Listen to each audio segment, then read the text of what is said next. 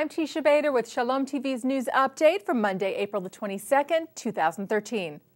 Haaretz reports that Israeli Prime Minister Benjamin Netanyahu has given approval to Jewish Agency Chairman Natan Sharansky to move ahead with his plan for a permanent egalitarian prayer section at the Western Wall. Several months ago, Netanyahu had asked Sharansky to come up with a plan that would solve the prayer at the wall issue after a series of arrests and detentions of members of Women of the Wall, whose mission it is to achieve equal rights for women to pray at the holy site. As we reported to you earlier this month, Sharansky had presented a proposal to Jewish leaders here in the U.S., which calls for a major expansion of the Western Wall prayer area, creating two sections of the plaza, one for traditional prayer and one for egalitarian.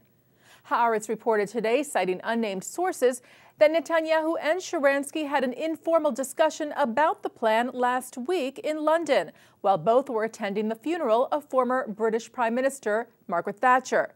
Netanyahu reportedly told Sharansky that he liked the basic outline of the proposal and that he was impressed with the overall positive reception it had received in the Jewish world. He gave Sharansky his approval to move forward with the plan, saying Sharansky should meet with two of his senior aides, Cabinet Secretary Tzvi Hauser and National Security Advisor Yaakov Amidror, in order to draft a timetable for the plan's implementation. Israel's Treasury has reached an agreement with El Al Israel Airlines, ending an airline strike. An agreement was reached just an hour and a half before Israel's National Labor Court was set to rule on whether the strike and airport shutdown could move forward. As you may have seen on IBA News, outgoing flights on Israeli carriers had been grounded since yesterday at Israel's Ben Gurion Airport in response to the government's approval of an open skies agreement with the European Union, meant to increase competition and tourism and decrease the cost of air travel. However, Israeli carriers El Al, Arkia, and Israel grounded their flights in protest of the agreement, saying it would lead to a loss of jobs and the possible closing of Israeli airlines, citing their unique security costs that other non-Israeli airlines do not share. The Finance Ministry and El Al reached an agreement this evening over those security costs, acknowledging that Israeli airlines work under special conditions and will be treated accordingly as a result.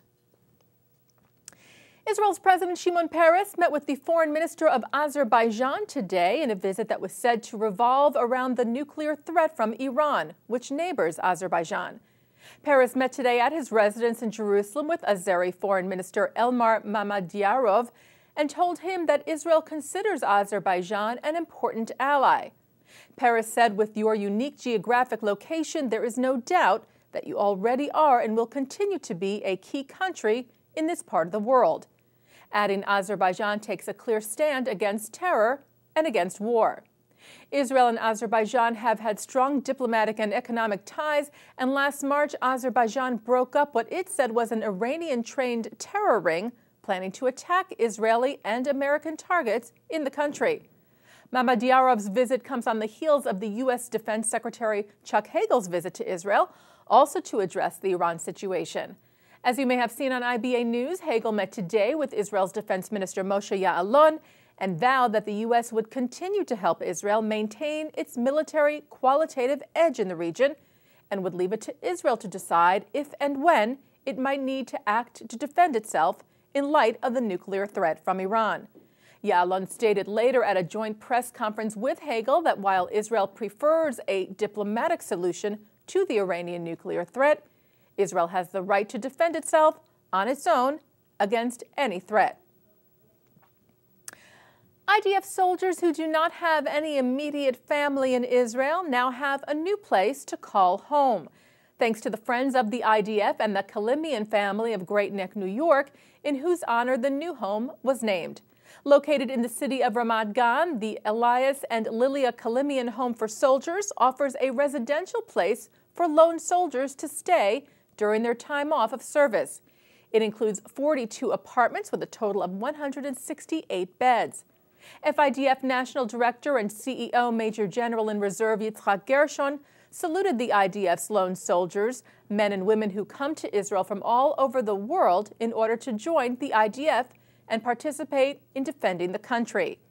He said beyond their personal contribution to the cause, they serve as a firm bridge connecting between the Jewish homeland and their communities around the world. The inauguration for the new Lone Soldiers' Home was celebrated last week at the new residence with a special ceremony. The Friends of the IDF also sponsor Lone Soldiers' Homes in Tel Aviv and Jerusalem. And finally today, Robert Sugarman, the immediate past chair of the Anti-Defamation League, was recommended by the 2013 nominating committee of the Conference of Presidents of Major American Jewish Organizations to serve as their next chairman. Alan Solo, immediate past chairman of the President's Conference and chairman of the nominating committee, said the recommendation for Sugarman was submitted to the full conference and the election would be held next month. Solo said the committee recognized Sugarman's long involvement in the conference and his outstanding record of leadership, particularly as the top lay leader of the ADL. Sugarman is nominated to succeed Richard Stone, who is completing his second term as chairman of the President's Conference.